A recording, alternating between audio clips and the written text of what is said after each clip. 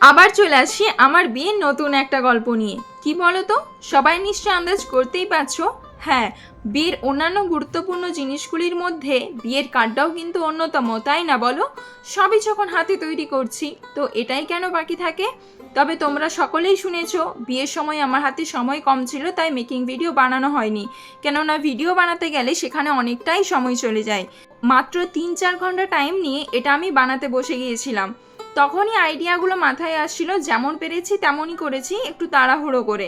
ভেতরে লেখাগুলো আমি অন্য একটা বিয়ের কার্ড দেখে বানিয়ে নিয়েছিলাম, তবে এটা অন্যান্য আত্মীয়জনদের জন্য ছিল না। তোমরা প্রত্যেকেই জানো মেয়ের বাড়ির পক্ষ থেকে ছেলে বাড়িতে এবং ছেলে বাড়ির পক্ষ থেকে মেয়ের বাড়িতে একটা করে কার্ড পাঠানো হয়।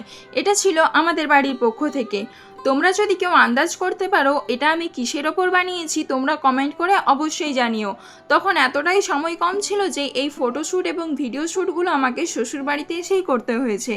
আমার তো সব থেকে পছন্দ হয়েছে কার্ডের ওপর ওই ছোট্ট প্রজাপতিটা, যেটা আমি ক্লে দিয়ে বানিয়েছিলাম। এই আইডিয়াটা তোমাদের কেমন লাগলো তোমরা অবশ্যই জানিও, আর এই বিয়ের স্পেশাল কার্ডটা তোমাদের কেমন লেগেছে সেটা কিন্তু জানাতে ভুলো না।